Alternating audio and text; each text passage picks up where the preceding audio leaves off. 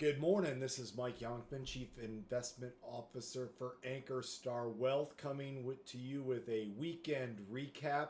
Today I will hit an ugly red week in the market. I'll hit drawdowns in a normal market year. I'll hit a funny but sad article on abuse of ATMs. And then finally, I want to talk about our investment advisory board, who we work with. But before I get started, I must remind you this is a financial education presentation. You must do your own due diligence on anything that you hear in this presentation. More disclaimer information can be found on ankerstarwealth.com, and the opinions expressed are mine and mine alone. So let me get started. I'm going to share my screen. In this headline, if you didn't see this at all this week, but especially on Friday, it was an ugly week in the market. And we've been talking about volatility coming. We've been doing some de-risking in the second and third quarters. Still, when it happens, it happens. And we saw it this week where the NASDAQ dropped 2%. And it's, the worst weekly performance in 2 years. I mean, of course, headlines are headlines. They want you to click on them. So, just to kind of hit a few, I'll call them the lowlights. But basically, the NASDAQ was down 2.55, which is the heavy tech side, and the overall S&P was down 1.73. So most likely, if you looked at your account, it was down if you were invested in equities. If your account was up, that's amazing. You might be short in the market. I'm not sure you should be doing that. Or you are heavy fixed income, which is also could be appropriate. So let me just show you the graphs. I'm going to show you the S&P 500. I'm going to show you the 5-day graph just so you can see it in all its ugliness here. There's a 5-day graph. We do not want to see that continue. But sometimes when I see a graph like this, I pull back and take a, let's step back. I'm going to look back at a 3-month graph. You say, I still don't really like it that much. It's higher than it was at the beginning of August, but still not very pretty. If I look at a year to date, it looks a little better. And then if I really want to look at a 5-year graph, it doesn't look that bad at all. It's still the same data, just further back. So I'll do the same exercise on the NASDAQ, 5-day, 6-month, 1 year, not so bad, 5 years, I can deal with that. So anyways, that is the overall direction. So even when we have these dips like this, and keep in mind, the market sells off on uncertainty. So what is the uncertainty we're dealing with? Are we going to go into a recession or not? Some of the jobs report, obviously inflation feels like it's starting to get under control. It's not there yet, but it's getting close. But is this country going into a recession? We do not know. I have seen predictions that say it's a 25% chance. And then all of this relates to,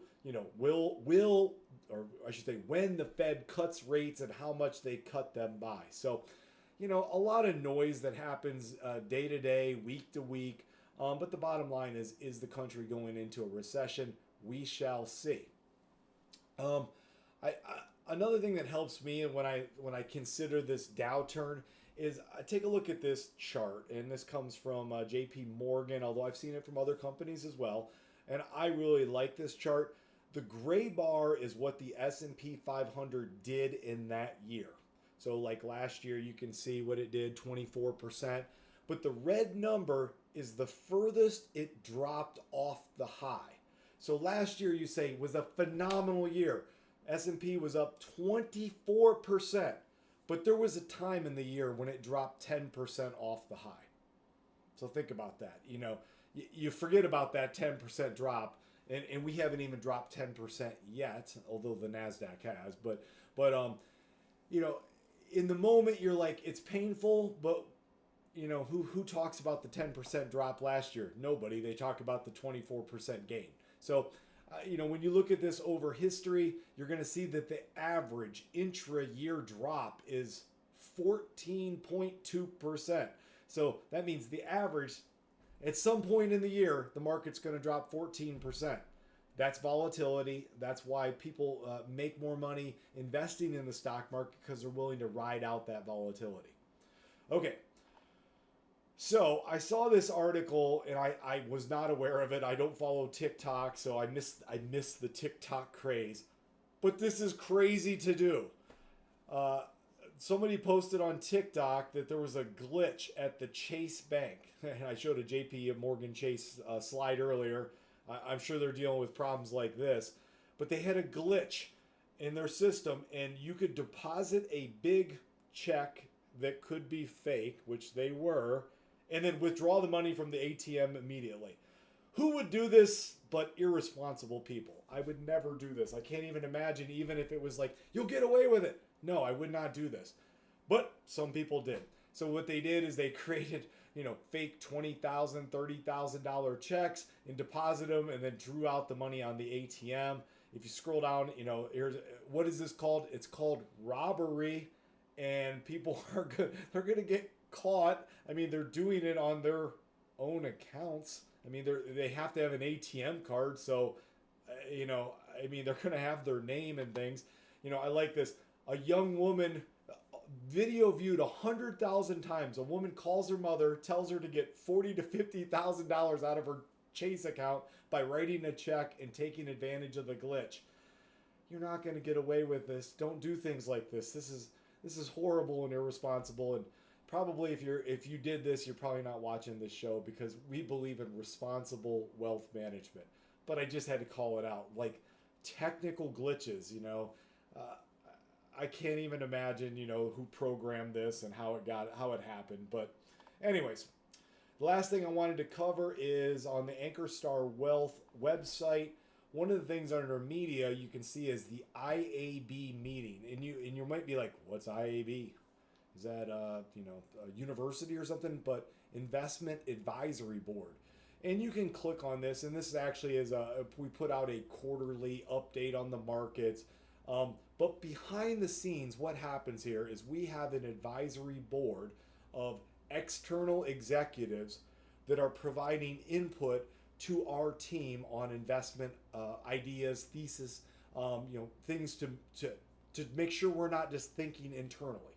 And it's just important to know that Ankerstar Wealth is not just the people that you see on the About Us page, but it's a broader team that supplies that.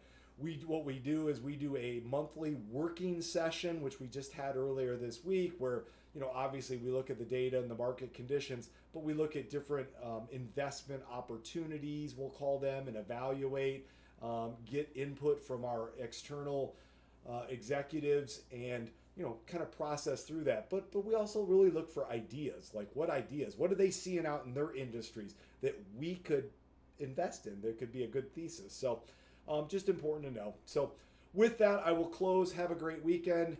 What will the markets do next week? I have no idea, but let's hope they're up. I'm hopeful in the long term they're going to be up. I am positive that. Do I know day to day? Nobody does, but we will hope that they're up, and we'll see a recovery, and you'll feel better. But in this, when things go down, it's always a good time to consider: are you in the right risk kind of categorization? Are you at the right risk level? It's easy when the market's going up. I'm high risk, high risk, high risk. It's when the market goes down that we find out, like, maybe I don't want to be quite so high risk. So anyways, talk to your advisor at Ankerstar Wealth or wherever, and make sure that you are in the correct categorization, because we want you to sleep at night. We want you to know your retirement or your wealth management, that it's occurring properly, and it'll go. You're not going to be taking money out of ATMs on TikTok glitch videos. So long term, we're doing it the right way. Thank you. Have a great weekend. Bye.